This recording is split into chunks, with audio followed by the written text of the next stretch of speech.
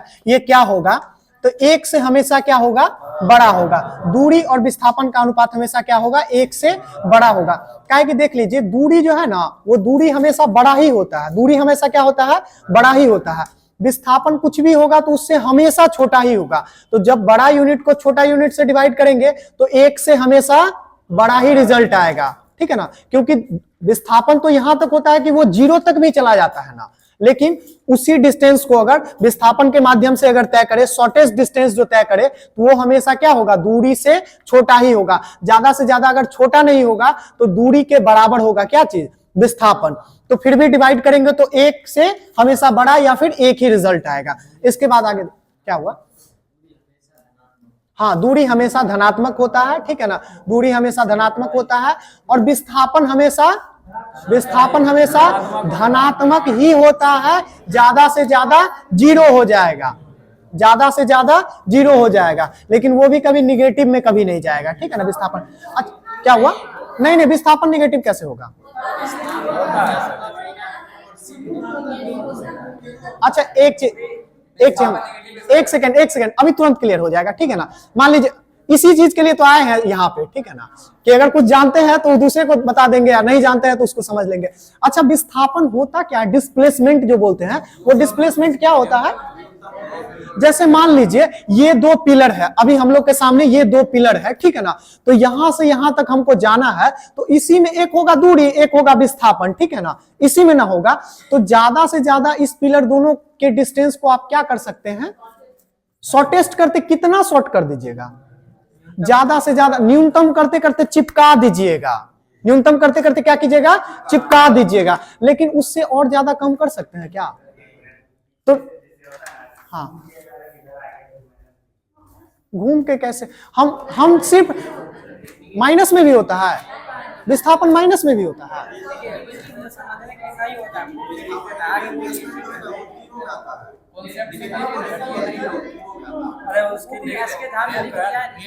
नहीं विस्थापन जो है ना कभी 0 नहीं होगा, समझे। अगर कहीं लिखा, सॉरी माइनस में नहीं होगा, सॉरी भाई माइनस में कभी नहीं जाएगा, क्योंकि दो डिस्टेंस जो है ज्यादा से ज्यादा क्या हो सकता है, 0 हो सकता है ना, लेकिन माइनस कैसे हो जाएगा।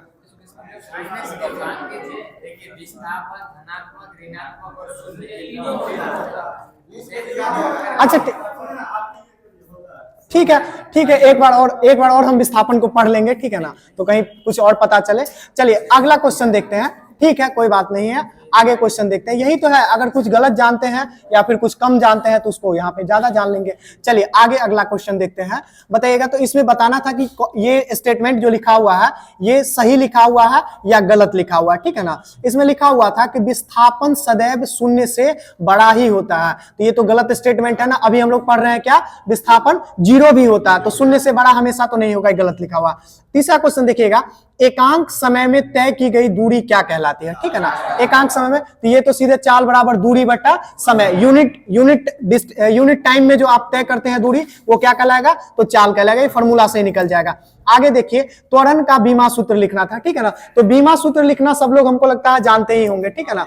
देखिए बीमा सूत्र लिखने में कुछ नहीं है, अगर आप फॉर्मूला आपको याद है तो इजिली आप बीमा सूत्र लिख लेंगे। जैसे अगर कहीं टाइम का बात हो रहा है तो किस चीज में होगा, सेकंड में होगा, तो टी दे दीजिए, टाइम के बदले टी दे दीजिए। अगर कहीं वजन का बात हो रहा है, मास का बात हो रहा है, तो उसके बदले क्या दे दीजिए, एम दे दीजिए। मास का बात हो रहा है, कहीं पे अगर जो है सो लंबाई का बात हो रहा है तो क्या लेंथ दे दीजिए, एल दे दीजिए। और जैसा जैसा उस पर पावर है वैसा बैठा दीजिए, ठीक है ना। तो उसी हिसाब से त्वरण का जो है सो आप आराम से निकाल सकते हैं। आगे देखिए, गति का कौन सा समीकरण विस्थापन एवं वेग के बीच संबंध देता है। ये क्वेश्चन थोड़ा सा परेशान करता है, ठीक है ना, कि गति का कौन सा समीकरण। इसमें मेन होता है ना कि गति का समीकरण ही भूल जाते हैं कि कौन सा पहला है, कौन सा दूसरा, कौन सा तीसरा। गति का पहला समीकरण क्या होता है, v बराबर u plus A T, v बराबर u प्लस ए टी, ठीक है ना। गति का दूसरा समीकरण क्या होता है, s बराबर U T plus half A T square, ठीक है ना। s बराबर U T plus half A T square, ये दूसरा समीकरण। और गति का तीसरा समीकरण क्या होता है, v स्क्वायर बराबर u स्क्वायर प्लस 2as, ठीक है ना। तो इसमें जो है ना पूछता है क्वेश्चन कि किस पे निर्भर करता है। गति का दूसरा समीकरण से जो है मतलब गति का दूसरा समीकरण किस पर निर्भर करता है।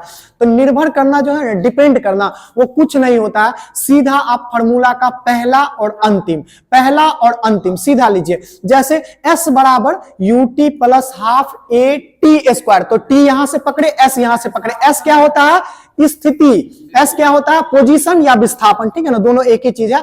s क्या है, उसका पोजीशन है, ठीक है ना, और t क्या है, समय है। तो गति का दूसरा समीकरण किस पर निर्भर करेगा, विस्थापन और समय पर। चलिए गति का तीसरा समीकरण देखते हैं, v स्क्वायर बराबर u स्क्वायर प्लस 2s, तो v स्क्वायर, तो v को पकड़ लिए, u square plus 2as, s को पकड़ लिए, ठीक है ना। तो v से क्या हो गया, वेग, s से क्या हो गया, विस्थापन, ठीक है ना, या फिर स्थिति। तो इसी दोनों पर निर्भर करेगा। तो गति का तीसरा समीकरण किस पर निर्भर करेगा, वेग और स्थिति पर, वेग और स्थिति पर। और गति का समीकरण पहला क्या था, v बराबर u प्लस at, तो यहां से v पकड़ लिए, u प्लस at, ठीक है ना, यानी कि वेग और समय पर निर्भर करेगा। तो कभी भी पूछ देगा कि वेग और समय पर गति का कौन सा नियम निर्भर करता है, कौन सा समीकरण, तो सीधा एकदम क्या बोलना है, पहला समीकरण निर्भर करता है, ठीक है ना।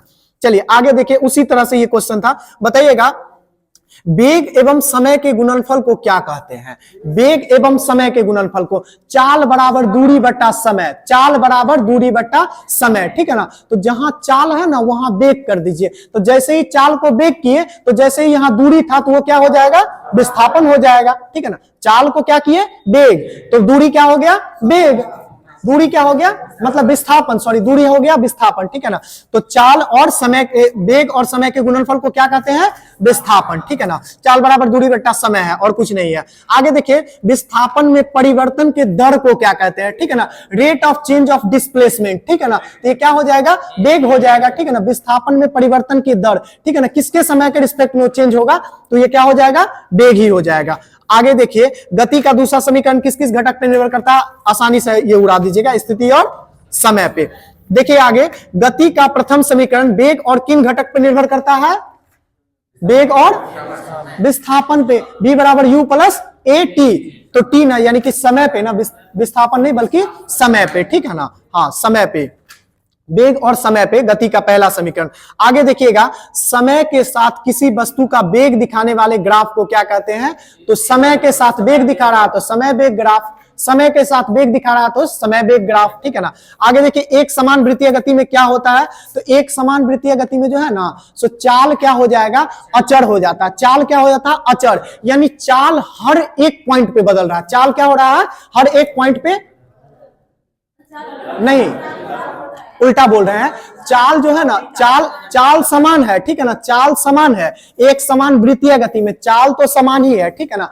वेग हर एक पॉइंट पे क्या हो रहा है, बदल रहा है, क्योंकि देखिए ऐसे वृत्त है ना, तो हर एक पॉइंट पर इसका डायरेक्शन बदल रहा है। जैसे जैसे एक एक कण आप आगे बढ़ रहे हैं, इसका डायरेक्शन, इसका दिशा बदल रहा है, और दिशा बदला माने वेग बदला, दिशा बदला माने वेग बदला। इसमें जैसे वन लाइनर क्वेश्चन था, तो यहाँ पे आप ये भी दे सकते थे कि एक समान त्वरण में ऐसा होता है, ठीक है ना। वृत्तीय गति कब पॉसिबल होता है, जब त्वरण समान होता है, त्वरण जब नहीं बदलता है। तो आगे देखिए, गति का दूसरा समीकरण लिखना था, s बराबर ut plus half at square. उसके बाद देखिए, किसी वस्तु का त्वरण किन किन घटकों पर निर्भर करता है, तो वेग और समय पर। त्वरण का फॉर्मूला क्या होता है, v minus u by T, ठीक है ना, यानी कि वेग में परिवर्तन के दर को क्या कहते हैं, त्वरण। और दर क्या हो जाता है, हमेशा समय, दर का मतलब क्या हो जाता है, समय ही ना, ठीक है ना। आगे देखिए, तो क्वेश्चन था, जीवाणु, विषाणु और प्रोटोजोआ का कोशिका का विभाजन कैसे होता है, ठीक है ना। तो कोशिका विभाजन कितने प्रकार के होते हैं, कोशिका विभाजन 3 प्रकार के, ठीक है ना। तो असूत्री विभाजन जो होता है ना, ये जितना भी एक कोशिकीय जीव है, इस सब में कैसा विभाजन होगा, तो एक कोशिकीय में असूत्री विभाजन, मतलब इसका क्रोमोसोम में डिवीजन नहीं होगा, इसके न्यूक्लियस में डिवीजन नहीं होगा, क्रोमोसोम में डिवीजन नहीं होगा, मतलब सूत्र विभाजन नहीं होगा, ठीक है ना। इसका क्रोमोसोम में डिवीजन नहीं होगा, ये सीधे सीधे एक सेल है ना, ये सीधे 2 सेल में बदल जाएगा, मतलब जितना गुण इसमें था सारा का सारा गुण इसमें आ जाएगा, ठीक है ना। फिर आगे चल करके ये वैसे ही डिवीजन होगा। अभी देखेंगे थोड़ा सा ये कोशिका के विभाजन को देखेंगे। आगे बताइएगा, समसूत्री विभाजन का खोज जो है ना 1879 ईस्वी में किया गया था। समसूत्री विभाजन का खोज कब किया गया था, 1879 में, और वाल्टर फ्लेमिंग के द्वारा किया गया था। किसके द्वारा किया गया था, वाल्टर फ्लेमिंग के द्वारा किया गया था। आगे बताइएगा, कोशिका के अंदर केंद्रक का विभाजन कुल कितने चरणों में होता है। तो ये जो बार बार जो पहले पढ़ते थे, इंटरफेज, मेटाफेज, प्रोफेज, ये सब क्या होता है, ये सब केंद्रक, कोशिका का विभाजन नहीं है। ये कोशिका कोशिका का ये विभाजन नहीं है, कोशिका के अंदर केंद्रक का जो विभाजन होता है वो मेन चीज हो जाता है, क्योंकि सीपीयू जो होता है ना, सॉफ्टवेयर वाला जो चीज होता है वो क्या होता है, वो केंद्रक ही है। सॉफ्टवेयर वाला चीज क्या है, केंद्रक ही है। सारा जितना जेनेटिक मतलब मेमोरी है वो सारा चीज, चाहे कोशिका को क्या कमांड देना है, कौन सा कोशिका को कब मरना है, कौन सा कोशिका को कब विभाजन करना है, उसको क्या करना, सारा कमांड किससे मिलता है, न्यूक्लियस से यानी केंद्रक से। तो मेन जो हो जाता है वो केंद्रक का डिवीजन हो जाता है, ठीक है ना। कोशिका तो कभी भी टूट करके अलग हो सकता है, लेकिन केंद्रक अगर दो चला गया तब ना दोनों कोशिका अपना अपना स्वतंत्र होकर के दोनों अपना अपना निर्णय ले पाएगा। नहीं तो कोशिका डिवीजन हो गया, ठीक है ना, और केंद्रक एक गो में रह गया तो अगला जो कोशिका बना वो कोई कामे का नहीं है, वो तो एक दो दिन में उत्सर्ग करके खत्म हो जाएगा। तो उसके लिए उसको सीपीयू चाहिए यानी कि ब्रेन चाहिए। तो केंद्रक का डिवीजन सबसे मेन हो जाता है, और केंद्रक का जो डिवीजन होता है वो टोटल 5 चरणों में होता है, बहुत जटिल चरण होता है, ठीक है ना। ऐसा नहीं कि सीधे केंद्रक है और दूगो में टूट गया और हो गया दूगो कोशिका का निर्माण, नहीं, इसमें 5 चरण होता है। कितना चरण होता है, 5 चरण। कोशिका का विभाजन कितने चरणों में होता है, कोशिका के अंदर केंद्रक का 5 चरणों में। अभी 5 चरण को भी देखेंगे थोड़ी देर में। नहीं नहीं नहीं नहीं, अभी वो बताते हैं, ठीक है ना। केंद्रक का ही जो डिवीजन होता है ना, ठीक है ना, वो केंद्रक का ही डिवीजन 5 चरण में होता है। और जब केंद्रक का डिवीजन हो जाता है ना, जब केंद्रक 2 बन जाता है उसके बाद कहीं कोई समस्या नहीं है, उसके बाद कोशिका फटाक से टूट करके एगो एगो केंद्रक अपना लेकर के चला जाता है, ठीक है ना। तो मेन जो डिवीजन होता है वो केंद्रक का डिवीजन होता है, ठीक है ना। अभी देखेंगे ना तो इसमें सब क्लियर होगा।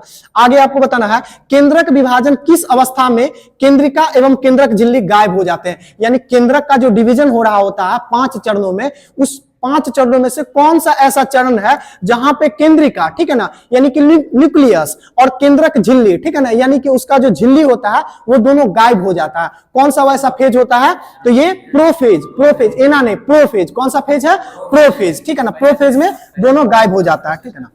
नहीं, फर्स्ट स्टेज इंटरफेस है, फर्स्ट स्टेज जो है ना वो इंटरफेस है, ठीक है ना। अभी देखिए ना, अभी 5 चरण को देखेंगे। चलिए आगे आपको बताना है केंद्रक विभाजन की सबसे छोटी अवस्था कौन सी होती है, एनाफेज, ठीक है ना। केंद्रक विभाजन की जो सबसे छोटी अवस्था होती है कौन सी होती है, एनाफेज। और ये क्वेश्चन बहुत बार पूछा गया है, ठीक है ना, कि केंद्रक विभाजन का सबसे छोटा फेज कौन सा, एनाफेज। आगे आपको बताना है केंद्रक विभाजन किस अवस्था में आप पूर्ण रूप से 2 केंद्रकों को स्पष्ट देख पाएंगे, यानी कि ये सबसे लास्ट का जो फेज होता है, ठीक है ना, टेलोफेज। सबसे लास्ट का जो फेज होता है कौन सा, टेलोफेज। यहीं पे आप स्पष्ट रूप से देख पाएंगे कि 2 केंद्रक का निर्माण हो चुका है। अब जैसे ही 2 केंद्रक का निर्माण हो गया, अब कहीं कोई दिक्कत नहीं है, अब फट से कोशिका टूट जाएगा, समझे, और दोनों कोशिका पूर्ण रूप से जो है सो नया कोशिका बन जाएगा और दोनों में पूरा पूरा कमांड रहेगा। तो ये आप दो जो एक केंद्रक से 2 केंद्रक का निर्माण होते हुए स्पष्ट रूप से देख पाएंगे। या किस अवस्था में देख पाएंगे, टेलोफेज में। किस अवस्था में, टेलोफेज में। और ये लास्ट अवस्था रहता है, लास्ट स्टेज रहता है।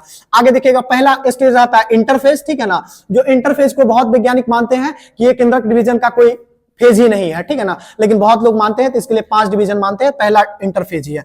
आगे देखिए क्या हुआ, हाँ, उसका जो है ना सूत्र जो है वो मोटा होना चालू हो जाता है, ठीक है ना, वो पैकिंग का काम चालू हो जाता है क्रोमोसोम का। आगे देखिएगा, क्रॉसिंग ओवर कोशिका विभाजन के किस प्रकार से जुड़ा हुआ है, ठीक है ना। तो ये अर्धसूत्री विभाजन से यानी कि मियोसिस से क्रॉसिंग ओवर, ठीक है ना, यानी 2 गुणसूत्रों का क्रॉसिंग होता है। 2 गुणसूत्रों का क्या होता है, क्रॉसिंग होता है। क्रॉसिंग ओवर इसी को बोलते हैं, मतलब क्रॉसिंग आवर है ये। एक्चुअली ये समय के बारे में डिपेंड कर, मतलब समय को ये डिनोट कर रहा है, ठीक ना, कि क्रॉसिंग आवर। तो ये किसमें होता है, तो अर्धसूत्री विभाजन जो होता है जिसको क्या बोलते हैं, मियोसिस बोलते हैं, जिसको मियोसिस बोलते हैं, माइटोसिस नहीं। माइटोसिस तो समसूत्री विभाजन हो गया, जिसको मियोसिस बोलते हैं। इस सब मियोसिस से जुड़ा हुआ शब्द क्या है, क्रॉसिंग आवर, ठीक है ना, क्रॉसिंग ओवर या फिर क्रॉसिंग आवर, ठीक है ना।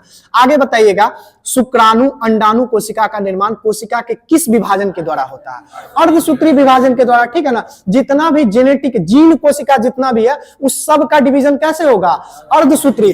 अर्धसूत्री में ही पूरा पूरा चीज ट्रांसफर हो पाता है, ठीक है ना। अर्धसूत्री में ही पूरा पूरा चीज ट्रांसफर हो पाता है। गुणसूत्र जो है ना, सो 23 गुणसूत्र एगो का आया, 23 गुणसूत्र एगो का आया, ठीक है ना, मिलकर के 46 ये पूर्ण बन गया। तो ये कैसा डिवीजन है, ये अर्धसूत्री विभाजन है, ठीक है ना, ये अर्धसूत्री। और कोशिका का ये विभाजन है, कोशिका का जो आप विभाजन कह रहे थे ये कोशिका का विभाजन है, ठीक है ना, जो 3 प्रकार का होता है। आगे देखिए बताइएगा, तो समसूत्री विभाजन के फलस्वरूप मातृ कोशिका से पुत्री कोशिका का निर्माण कितने स्वरूप में होता है, समसूत्री में। तो समसूत्री में 2 गो, एगो किस में टूटता है, 2 गो में। एगो कितना में टूटता है, 2 गो में, ठीक है ना। अर्धसूत्री जो है ना 4 गो में टूटता है, एगो कोशिका 4 गो में टूट जाता है अर्धसूत्री में। आगे देखिए, और असूत्री में क्या गो में टूटता है, असूत्री में नहीं, नहीं असूत्री में भी दो में ही टूटता है, असूत्री में भी दो ही, जो वायरस बैक्टीरिया प्रोटोजोआ वगैरह में नहीं होता है वो असूत्री विभाजन होता है, तो उसमें भी दो ही टूटता है, ठीक है ना। आगे बताइएगा, केंद्रक विभाजन के किस अवस्था में सेंट्रोसोम विभाजित हो जाती है?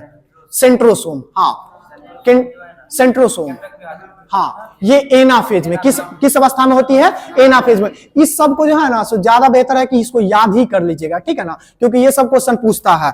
केंद्रक विभाजन के किस अवस्था में सेंट्रोसोम विभाजित होता है? यहां से हम बताते हैं, पिछले बार आप एएलपी का बात कर रहे हैं ना, एएलपी में ये क्वेश्चन पूछे हुए था, इस डिवीजन से, केंद्रक के डिवीजन से बताया गया था कि क्रोमेटिन जालिका को सबसे अच्छा रूप में किस फेज में देख सकते हैं? तो मेटाफेज अवस्था होता है। कौन सा फेज अवस्था होता है? मेटाफेज। मेटाफेज अवस्था में जो है ना क्रोमेटिन जालिका एकदम स्पष्ट रूप से दिखेगी, मतलब उसको माइक्रोस्कोप में देखेंगे तो स्पष्ट रूप से एकदम मोटा मोटा होकर के और पूरा दिखेगा कि कैसे वो डीएनए को जो है सो हिस्टोन प्रोटीन लगा करके और पैकिंग कर रहा है और डिवीजन होने के लिए तैयार हो रहा है। तो कौन सा अवस्था होता है? मेटाफेज अवस्था होता है। पिछले बार का एएलपी का कुछ पूछा हुआ है ये टीसीएस का क्वेश्चन। आगे बताइएगा, पादप कोशिका में कोशिका द्रव का विभाजन किसके द्वारा होता है? तो ये कोशिका प्लेट के द्वारा होता है, ठीक है ना।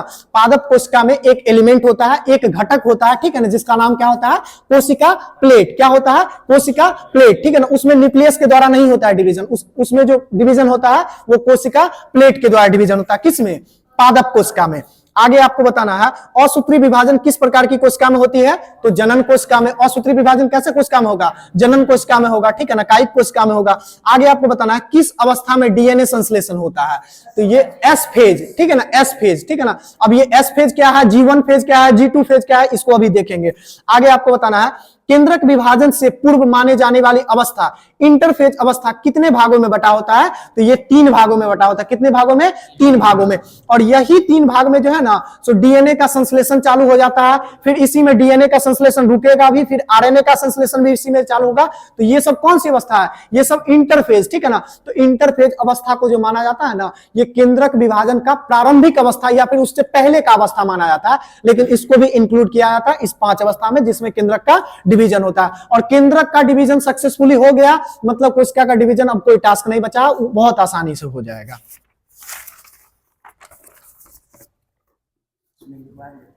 क्या चाहिए?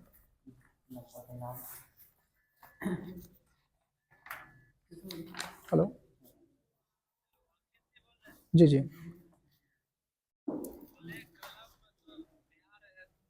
बात करते हैं।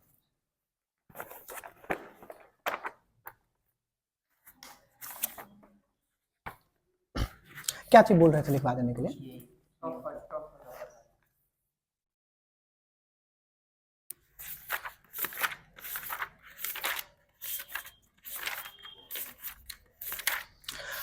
कुछ लोग बोल रहे थे क्या कि सीधे तीसरा चैप्टर से दे दिए, मतलब पहला दूसरा चैप्टर तो छोड़ ही दिए, ठीक है ना। पहला दूसरा चैप्टर देखिएगा ना, तो वो जो कल जो हम लोग पढ़े थे कोशिका, वही कोशिका था, और कोशिका के बाद जो है ना कोशिका डिवीजन फिर जो है सो आगे चैप्टर मिला था, समझे। देखिए पहला जो है सो इंट्रोडक्शन था, ठीक है ना। उस इंट्रोडक्शन में वही सब मिलेगा क्या कि किसके अध्ययन को क्या कहते हैं, थोड़ा सा बात कीजिए, तो किसके अध्ययन को क्या कहते हैं, कैसा क्या होता है वो, और उसके बाद जो है सो कोशिका विभाजन, इसको भी देख लेंगे, इसका भी क्वेश्चन जो है ना सब क्वेश्चन सब कर लेंगे, ठीक है ना। पहला जो चैप्टर बचा हुआ है उसका कर लेंगे, ठीक है ना। यूकैरियोटिक प्रोकैरियोटिक कोशिका के बारे में तो जान ही गए थे, बस 2 ही मेनली अंतर होता है। क्या अंतर होता है? केंद्र की उपस्थिति और केंद्र की अनुपस्थिति, प्लस में राइबोसोम के बारे में उसका स्टैंडर्ड होता है, ठीक है ना, 70S और 80S, ठीक है ना। यूकैरियोटिक में कितना स्टैंडर्ड का राइबोसोम होगा? 80 स्टैंडर्ड का, ठीक है ना। और यूकैरियोटिक में ही पाया जाता है क्या चीज? केंद्रक, वास्तविक केंद्रक, बिल्कुल सही है। वास्तविक केंद्रक किसमें पाया जाता है? यूकैरियोटिक में ही, ठीक है ना। चलिए उसके बाद थोड़ा सा इसमें दिया हुआ है लवक के बारे में दिया हुआ है, ठीक है ना। प्लास्टेड के बारे में नहीं पढ़ पाए थे, प्लास्टेड के बारे में देख लीजिए। इसको लवक जिसको बोलते हैं, समझे, ये कलर के निर्धारण के लिए होता है पादप कोशिकाओं में। किस चीज में होता है? पादप कोशिकाओं में होता है कलर के निर्धारण के लिए। ये 3 प्रकार का होता है, ठीक है ना, मेनली 3 प्रकार का होता है, जिसमें क्लोरोप्लास्ट से सब लोग परिचित है, ठीक है ना। क्लोरोप्लास्ट से, क्लोरोप्लास्ट क्या करता है? हरा रंग निर्धारण करने के लिए जो है ना जिम्मेवार जो वर्णक होता है, कौन सा होता है? क्लोरोप्लास्ट, ठीक है ना। उसके बाद एक होता है ल्यूकोप्लास्ट। क्या होता है? ल्यूकोप्लास्ट। तो ल्यूकेमिया याद कीजिए कौन सा बीमारी हुआ था? WBC में, उजला में हुआ था ना, तो यही वहां भी सेम चीज है, वही ल्यूको से यहां भी फिर आया है ल्यूकोप्लास्ट, यानी कि उजला से ही तो किसी किसी फूल का जो उजला रंग देखते हैं या फिर कोई पत्ती को तोड़ते हैं उजला दूध जो निकलता है वो किस वर्णक के कारण होता है? तो ल्यूकोप्लास्ट के कारण। किसके कारण होता है? ल्यूकोप्लास्ट के कारण। और एक और वर्णक होता है जिसका नाम है क्रोमोप्लास्ट। ठीक है ना? अब कहां तक सब रंग को ढोते चलेंगे तो सीधे मिला जुला के एक और प्लास्टेट बना दिए, कौन? क्रोमोप्लास्ट। ठीक है ना? और ये सब नेचर के द्वारा बनाया गया, हम आप नहीं बनाया है। ठीक है ना? तो क्रोमोप्लास्ट। तो जितना भी और रंगीन चीज बच गया ना, जैसे फूल का किसी का कलर देखते हैं, एक ही फूल में 2 कलर है, 3 कलर है, 4 कलर है। ठीक है ना? तो ये सब जो हो जाएगा वो क्या चीज के लिए? क्रोमोप्लास्ट। ठीक है ना? जैसे गूगल का क्रोम चलाते हैं, देखते हैं ना बहुत सारा कलर नहीं रहता है गूगल के क्रोम में। क्रोम का जो लोगो है देखते हैं ना 6-7 कलर से मिलकर के, तो ऐसे याद रख लीजिए क्रोमोप्लास्ट रंगीन के लिए, फूल का कलर निर्धारण के लिए क्रोमोप्लास्ट। पत्ती हरा दिखता है किसके कारण? क्लोरोप्लास्ट के कारण। ठीक है ना? क्लोरोप्लास्ट के कारण। और उजला जो फूल दिखता है या फिर उजला जो दूध दिखता है किसके कारण? ल्यूकोप्लास्ट के कारण। ठीक है ना? वर्णक के बारे में बस इतना ही दिया। उसके बाद फिर इसमें भी वही गोल्जी का लाइसोसोम राइबोसोम वगैरह के बारे में दे दिया था। डीएनए का फुल फॉर्म क्या होता है? Deoxyribo nucleic acid. ठीक है ना? तो ये डीएनए है क्या? डीएनए है क्या? जीन।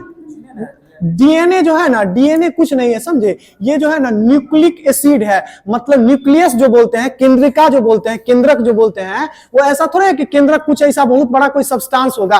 केंद्रक क्या है? तो वो जो है ना सॉफ्टवेयर का एक भंडार है, तो उसमें जो है ना न्यूक्लिक एसिड पाया जाता है। क्या पाया जाता है? Nucleic acid. यही डीएनए है, समझे? जो हर कोशिका का डीएनए अलग अलग होता है, हर कोशिका का डीएनए अलग अलग होता है। मतलब मेरे शरीर का जितना कोशिका है सबका डीएनए एक जैसा, और आपके शरीर का जितना डीएनए है वो सबका डीएनए अलग अलग होगा। समझे? तो मतलब हर एक पादप का, हर एक जंतु का, कोशिका का डीएनए अलग अलग होता है। ठीक है ना? और वो न्यूक्लिक एसिड है, वहीं से कमांड मिलता है। आरएनए का फुल फॉर्म क्या होता है? Ribo nucleic acid. इसका मतलब है कि डीएनए आरएनए लगभग सेम ही चीज होगा ना? अलग अलग क्या?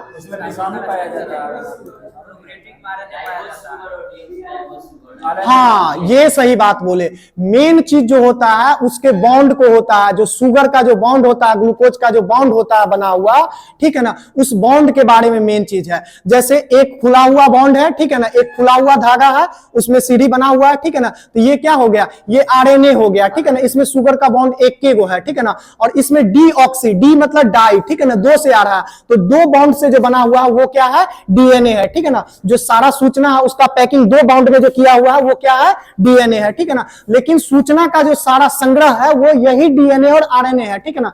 एक बोल रहे थे आप वायरस में और मतलब बैक्टीरिया में, कि वायरस में पाया जाएगा आरएनए और बैक्टीरिया में डीएनए ना, नहीं, ये गलत कंसेप्ट है। ठीक है ना? देखिए वायरस और बैक्टीरिया जो है ना उसमें सब में पाया जाता है, डीएनए आरएनए सब में पाया जाएगा। वायरस में जो है ना, वायरस में एक खास गुण पाया जाता है कि उसमें या तो डीएनए रहेगा या तो आरएनए रहेगा, या तो डीएनए रहेगा या तो आरएनए रहेगा। एक अगर आरएनए रहता है, मैक्सिमम में डीएनए पाया जाता है। ठीक है ना? मैक्सिमम सेल में क्या पाया जाता है? डीएनए। कुछ सेल में आरएनए पाया जाता है, तो जिसको आरएनए पाया जाता है ना उसको लिए एक विशेष नाम दे दिया गया। क्या चीज? रेट्रोवायरस। क्या नाम दे दिया है? रेट्रोवायरस। जैसे कि एचआईवी का वायरस, जैसे कि कोरोना का वायरस, जैसे कि रेबीज का वायरस, इस सब में क्या है? इस सब में आरएनए है। क्या है? आरएनए है। ठीक है ना? कोरोना का जो वायरस था ना, कोविड जो कोव-19 जो सार्स कोव-19 था, वो कैसा वायरस था? रेट्रोवायरस था। मतलब उसके अंदर में क्या था? आरएनए था। तब ना उसके जांच के लिए एक टेस्ट किया जाता था। कौन सा टेस्ट? आरटीपीसीआर। वायरस का जितना भी वायरस का जो टेस्ट होता है ना, वो कौन सा टेस्ट होता है? पीसीआर टेस्ट होता है। कौन सा टेस्ट होता है? पीसीआर। पीसीआर का मतलब होता है पॉलीमराइज चेन रिएक्शन टेस्ट। ठीक है ना? उसके रिएक्शन, उसके चेन के रिएक्शन को जो है ना, पॉलीमराइज चेन रिएक्शन को तोड़ करके और उसके बाद उसमें समझने का कोशिश करता है कि उसमें क्या क्या सूचना है। ठीक है ना? लेकिन आरटीपीसीआर में क्या था कि इसमें तो डीएनए था ही नहीं, इसमें तो डीएनए था ही नहीं, तो इसको क्या करना पड़ा? डीएनए को क्या करना पड़ा? Reverse transcription. क्या करना पड़ा? Reverse transcription. मतलब 2 जो धागा था उसको खोल करके एक सिरा में पहले लाओ और उसके बाद जो है उसका टेस्ट कर लो पॉलीमराइज चेन रिएक्शन करके। तो आरटीपीसीआर का फुल फॉर्म क्या बन रहा था उस समय? यही ना बन रहा था, reverse transcription polymerize chain reaction. ठीक है ना? तो रेट्रोवायरस के लिए जो टेस्ट होगा वो कैसा टेस्ट होगा? आरटीपीसीआर होगा। ठीक है ना? चलिए,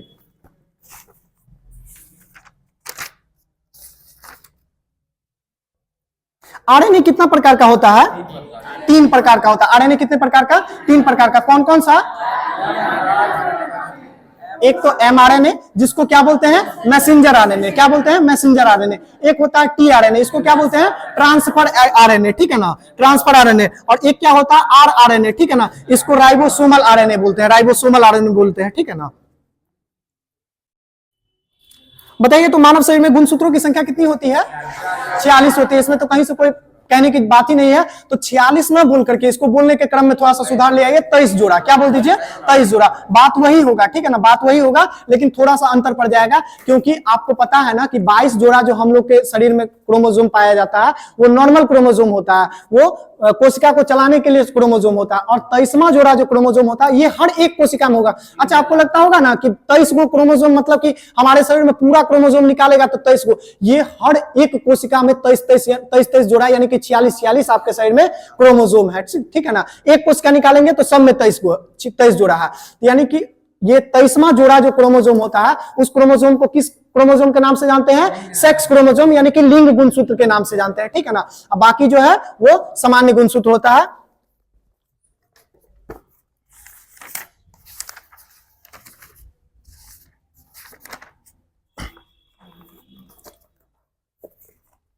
बताइए तो कोशिका विभाजन कितने स्तर में होता है? कोशिका विभाजन 3 स्तर में। कोशिका विभाजन कितने स्तर में, मतलब कितने स्तर नहीं बोल सकते, सॉरी ये गलत टर्म हो जाएगा, 3 प्रकार से होगा, ठीक है ना। कोशिका विभाजन कितने प्रकार से होगा? 3 प्रकार से। कौन कौन सा प्रकार होगा? सबसे पहले जो सामान्य सेल वाला है, यानी कि एक सेल वाला जो उसमें कैसा होगा? असूत्रीय विभाजन। कैसा होगा? असूत्रीय विभाजन। तो जितना भी माइक्रो ऑर्गेनिज्म है ना, मैक्सिमम में असूत्रीय, सभी में नहीं लेकिन मैक्सिमम में कैसा विभाजन होता है? असूत्रीय विभाजन हो जाता है। उसके बाद जो जटिल कोशिका वाले हैं, जैसे कि हम लोग हैं, पेड़ पौधा है, ठीक है ना, इसमें कैसा कैसा होगा? तो एक होगा समसूत्रीय, एक होगा अर्धसूत्रीय। समसूत्री का मतलब समान सूत्र रहेगा, अर्धसूत्री का मतलब आधा सूत्र रहेगा, और सूत्र का मतलब क्या होता है? गुण सूत्र। सूत्र का मतलब क्या? गुण सूत्र, ठीक है ना। तो यदि एक कोशिका 2 कोशिका में बट रहा है और दोनों कोशिका में 46 क्रोमोसोम आया है, तो ये कैसा सूत्रीय विभाजन होगा? समसूत्रीय। और अगर आधा आधा आया है तो क्या हो जाएगा? अर्धसूत्रीय विभाजन, ठीक है ना। तो जितना भी जनन कोशिका होगा उसमें कैसा विभाजन होगा? अर्धसूत्रीय विभाजन होगा। इसके बाद अब सेल डिवीजन में थोड़ा सा देखते हैं, जो सबसे मेन चीज है और जो सबसे ज्यादा क्वेश्चन पूछता है, यहीं से क्वेश्चन फंसा के पूछता है, ठीक है ना। ये क्वेश्चन क्या है? केंद्रक का विभाजन। क्या है? केंद्रक का विभाजन, ठीक है ना। तो देखिए केंद्रक का जो विभाजन होता है ना, 5 अवस्था में होता है। कितने अवस्था में होता है? 5 अवस्था में। आराम आराम से होता है, ऐसा नहीं कि फटाक से सीधे आया निर्देश और चलो पैकिंग करने, और पैकिंग करके 2-3 मिनट में काम खत्म कर दिया, ऐसा नहीं। एक सेल को डिवीजन होने में जब सेल को निर्देश मिलता है कि अब सेल को डिवाइड करना है, अब सेल को बांटना है, तो इसमें लगभग कम से कम 20 से 25 मिनट का टाइम लगता है, ठीक है ना। आराम आराम से सेल डिवीजन चालू होता है। जो सारा अवस्था है, तो वैज्ञानिक इसको क्या कर दिया? अवस्था के हिसाब से बांट दिया, तो 5 गो अवस्था बनाया। सबसे पहला अवस्था कौन सा है? इंटरफेज, मतलब सेल डिवीजन होने के लिए इंटर कर गया, सेल डिवीजन होने के लिए इंटर कर गया, ठीक है ना। तो इंटरफेज अवस्था होता है। इंटरफेज अवस्था को जो है ना, सो 3 टर्म में बांट दिया। कितने टर्म में? 3 टर्म में बांट दिया। 3 टर्म में कौन सा है? तो एक है G1 फेज, ठीक है ना, क्या बोलते हैं? G1 phase. दूसरा क्या चीज है? तो S फेज। कौन सा है? S फेज है। और तीसरा जो फेज है ना, वो S2 फेज है। कौन सा फेज है? S2 फेज, सॉरी S2 में G2 फेज है। G2 phase, G1 S phase और G2 फेज, ठीक है ना। यही 3 अवस्था है। ये तीनों अवस्था से होकर के जो गुजरने वाला फेज है वो कौन सा है? इंटरफेज, ठीक है ना, इंटरफेज। और इंटरफेज को ही सबसे बड़ा फेज भी माना जाता है, इंटरफेज को सबसे बड़ा फेज भी माना जाता है, ठीक है ना। देखिए डीएनए का संश्लेषण जो होता है, इसमें डीएनए का संश्लेषण कहने का मतलब, संश्लेषण समझ रहे हैं ना, सिंथेटिक, मतलब बनना चालू हो गया कि और जल्दी जल्दी डीएनए बनाओ, सबको पैकिंग करके उस पे हिस्टोन प्रोटीन का जो है सो बॉन्ड लगा करके, और उस क्रोमोसोम पे जो है ना क्रोमेटिन जालिका जो है उस पे डीएनए को लगा करके हिस्टोन प्रोटीन का पैकिंग करके, और उसके बाद पैकिंग करके अब सेल डिवीजन चालू करेंगे। तो ये जो डीएनए बनेगा तब ना उसका पैकिंग होगा। तो डीएनए जो बनना चालू हो जाता है वो किस फेज पर होता है? तो इंटरफेज में, इंटरफेज में। और इंटरफेज के अंदर जब आएंगे तो कौन सा? हाँ, एस फेज में, एस फेज में, ठीक है। इंटरफेज के अंदर जब आएंगे तो एस फेज में डीएनए का संश्लेषण चालू हो जाता है, ठीक है ना। और G2 में क्या बनता है? तो डीएनए का संश्लेषण को रोक दिया जाता है। जो एस फेज में बनने लगा था क्या चीज? डीएनए, उसके संश्लेषण को रोक दिया जाता है किस फेज में? G2 पे। G2 पे रोक दिया जाता है, आरएनए और प्रोटीन का निर्माण चालू कर दिया जाता है। आरएनए और प्रोटीन का निर्माण चालू कर दिया जाता है किस फेज में? G2 फेज में। देखिए ये सब पढ़ने में मन नहीं लग रहा होगा, ठीक है ना, मतलब सच्चाई बात है, काहे कि थोड़ा सा जटिल चीज है और इससे पहले बार बार पढ़े भी नहीं है, तो जो चीज नहीं पढ़ा हुआ रहता है ना उसको पढ़ने में कम मन लगता है, लेकिन ये इंपॉर्टेंट है, समझे। क्वेश्चन यहां से पूछता है, जब पूछता है ना कि रंध्र के बारे में आप क्या बता सकते हैं, तो उस समय पता चलता है कि रंध्र के बारे में तो खाली एक ही चीज जानते हैं कि रंध्र जो है ना, तो जब खुलेगा तो पानी अंदर जाएगा, बंद होगा तो पानी रुक जाएगा जाना, लेकिन क्वेश्चन बना के पूछता है तो प्रॉब्लम हो जाता है उस समय। चलिए इसके बाद देखते हैं, जब इंटरफेज खत्म हो जाता है तो इंटरफेज के बाद जो आता है वो कौन सा फेज होता है, प्रोफेज। कौन सा फेज होता है, प्रोफेज, ठीक है ना, सेकंड फेज होता है। प्रोफेज के बारे में किताब क्या लिखा हुआ है थोड़ा सा पढ़ देते हैं, ठीक है ना। देखिए ये लिखे हुए हैं, कोशिका के वास्तविक विभाजन की शुरुआत प्रोफेज से ही होता है। कोशिका का वास्तविक विभाजन का शुरुआत कहां से होता है, प्रोफेज से ही हो जाता है, ठीक है ना, क्योंकि क्रोमेटिन जाल एवं छोटे मोटे होकर गुणसूत्र बनने लगते हैं। क्रोमोसोम दो अर्ध भागों में बट जाता है, ठीक है ना, एक क्रोमोसोम जो है दो में बट जाएगा कि दोनों पे पैकिंग करना है, ठीक है ना।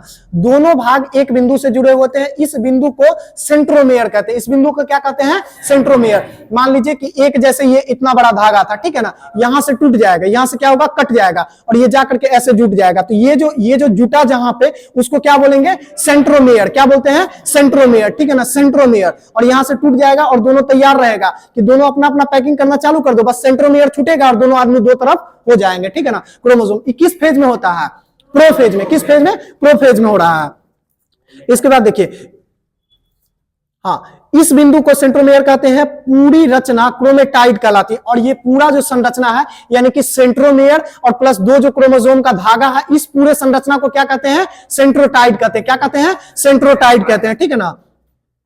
सॉरी, सेंट्रोटाइड में क्रोमाइड, क्रोमाइड, क्रोमाइड, ठीक है ना, क्रोमाइड। क्रोमेटिन जालिका का जो सेंट्रोमेयर के साथ जो पूरा ये संरचना रहता है, इसको क्या बोलते हैं, क्रोमाइड बोलते हैं, क्रोमाइड बोलते हैं, ठीक है ना, क्रोमाइड। इस अवस्था के अंत में केंद्रक झिल्ली केंद्रिका गायब हो जाती है, ठीक है ना। इसी अवस्था में जो है ना, केंद्रिका और केंद्रक के ऊपर जो झिल्ली होती है वो गायब हो जाती है। केंद्रक और केंद्रिका का झिल्ली जो होता है वो गायब हो जाता है। किस फेज में, प्रोफेज में, प्रोफेज में, ठीक है ना। और तुर्क धागे का निर्माण जो है ये शुरू हो जाता है। इसके बाद का फेज आता है मेटाफेज। कौन सा फेज आता है, मेटाफेज, ठीक है ना, मेटाफेज। देखिए इस अवस्था में तुर्क धागे का निर्माण शुरू हो जाता है। इस पर क्रोमोसोम अपने सेंट्रोमेयर के धागे के बीच आकर जुड़ जाता है, ठीक है ना। क्रोमोसोम जो है सेंट्रोमेयर के धागे के बीच में आकर के जुड़ना चालू हो गया, कहां पे, मेटाफेज अवस्था में, मेटाफेज अवस्था में। इसके बाद देखिए क्रोमोसोम अपने सेंट्रोमेयर के धागे के बीच आकर जुड़ जाता है। इस विभाजन में 2 से 10 मिनट का समय लगता है, और यही जब जुड़ जाता है ना, ठीक है ना, जब पूरा धागा जुड़ जाता है, ठीक है ना, तब क्रोमोसोम का जो मोटाई है वो धीरे धीरे क्या होने लगता है, बढ़ने लगता है, ठीक है ना, मोटाई बढ़ने लगता है। और इसी मोटाई बढ़ने के कारण जो है ना, सो माइक्रोस्कोप पर कोशिका विभाजन में अच्छे से क्रोमोसोम को डिवाइड होते हुए देखा जा सकता है। किस फेज पे, मेटाफेज अवस्था पे। इसके बाद देखिए मेटाफेज के बाद आता है एनाफेज, ठीक है ना, ये सबसे छोटी अवस्था होती है, ये सबसे छोटी अवस्था होती है एनाफेज। यह अवस्था सबसे छोटी होती है, लगभग 2 से 3 मिनट का समय इसमें समाप्त हो जाती है। इस अवस्था में सेंट्रोमेयर 2 भाग में विभाजित हो जाती है। अब जो जुड़ा था एक, वो अब डिवाइड हो गया, कहां पे, सेंट्रोमेयर से डिवाइड हो गया, किस फेज पे, एनाफेज पे, ठीक है ना, विभाजित हो जाती है। प्रत्येक गुणसूत्र में 2 क्रोमेटाइड सेंट्रोमेयर से विभाजित होकर के अलग हो जाती है। अब गुणसूत्र 2 ध्रुव वाले धागा की ओर चल देता है। मतलब अब जो मतलब ये दोनों जो था, जो एक से जुड़ा हुआ था और बीच में 2 था, अब इसमें दोनों में अपना अपना दोनों का ध्रुव बन जाता है, दोनों में अपना अपना ध्रुव बन जाता है। अब इसी पे बस डीएनए का जो है सो मतलब गोला गोला धागा लगाएगा और उस पे हिस्टोन प्रोटीन का लेप चढ़ाएगा, और ये क्रोमोसोम, एक नया क्रोमोसोम तैयार हो गया, ठीक है ना। अब ये किसी दूसरे में चला जाएगा कोशिका में डिवाइड होकर के, और वो एक नया कोशिका का निर्माण कर देगा। इसके बाद लास्ट का जो फेज आता है, ये कौन सा फेज है, यही टेलोफेज है। और यही टेलोफेज पे तो सब कुछ स्पष्ट हो ही जाएगा। यह अवस्था जो है प्रोफेज अवस्था का उल्टी है, ठीक है ना। प्रोफेज अवस्था में जो टूटना चालू हुआ था, अब इसमें जुटना चालू हो जाएगा। इसमें केंद्रक एवं केंद्रिका स्पष्ट हो जाती है। प्रोफेज में झलफलाया था ना, गायब हुआ था ना केंद्रक और केंद्रक का झिल्ली, ये दोनों अब किसमें स्पष्ट हो जाएगी, इसी में टेलोफेज में। टेलोफेज में स्पष्ट हो जाएगी। क्रोमोसोम पतले हो जाते हैं और इसमें दो केंद्रक का निर्माण करके और स्प्लिट फाइबर नष्ट हो जाते हैं, ठीक है ना। यानी कि यहाँ पे 2 केंद्रक का निर्माण हो जाएगा और स्प्लिट फाइबर जो बांटने का काम कर रहा था वो खत्म हो जाएगा। केंद्रक भी स्पष्ट दिखने लगेगा। क्रोमोसोम जो मोटा हुआ था, ठीक है ना, क्रोमोसोम क्रोमेटिन जालिका जो मोटा हुआ था, वो क्रोमेटिन जालिका भी अब पतली हो जाएगी, जो उसका नॉर्मल आकार आकार है उस आकार में आ जाएगी। किस अवस्था में? टेलोफेज में।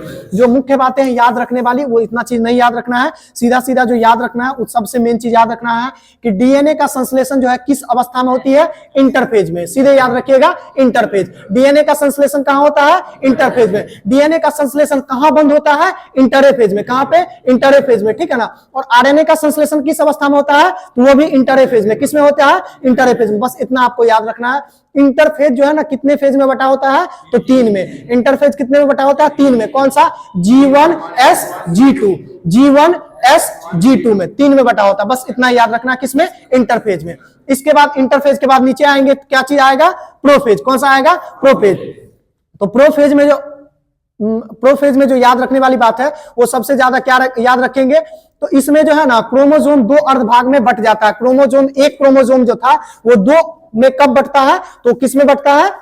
प्रोफेज में। 2 में कब बटता है? प्रोफेज में। बस इतना ही याद रखना है प्रोफेज के बारे में। मेटाफेज के बारे में याद रखना है कि मेटाफेज ही वो अवस्था है जिस अवस्था में क्रोमेटिन जालिका को हम स्पष्ट रूप से देख सकते हैं। सबसे स्पष्ट कहां पे दिखेगा? तो मेटाफेज में, ठीक है ना। मेटाफेज के बाद एनाफेज के बाद क्या याद रखना है? तो यह एनाफेज जो है सबसे छोटी अवस्था है। एनाफेज सबसे छोटी अवस्था है, ठीक है ना। और दूसरी चीज क्या याद रखनी है कि प्रत्येक गुणसूत्र में जो है ना क्रोमेटिन सेंट्रोमेयर में विभाजन करके अलग हो जाता है। और ये जो जुटा था, ठीक है ना, ये अब जो है क्रोमोसोम दोनों अलग हो जाएगा। ये किस फेज में होगा? तो 2 क्रोमोसोम का जो निर्माण होगा किस फेज में?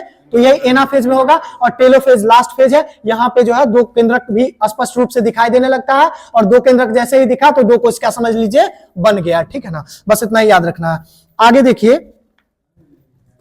क्या हुआ? रहने दे, क्या छोड़ दे? फिजिक्स को छोड़ दे? टाइम हो गया? अच्छा ठीक है, छोड़ देते हैं, कोई बात नहीं, ठीक है ना, छोड़। उसको बंद कर दीजिए, तो बंद कर दीजिए ना, जनरल रिकॉर्डिंग ही रहता है, थोड़ा सा बंद कर दीजिए।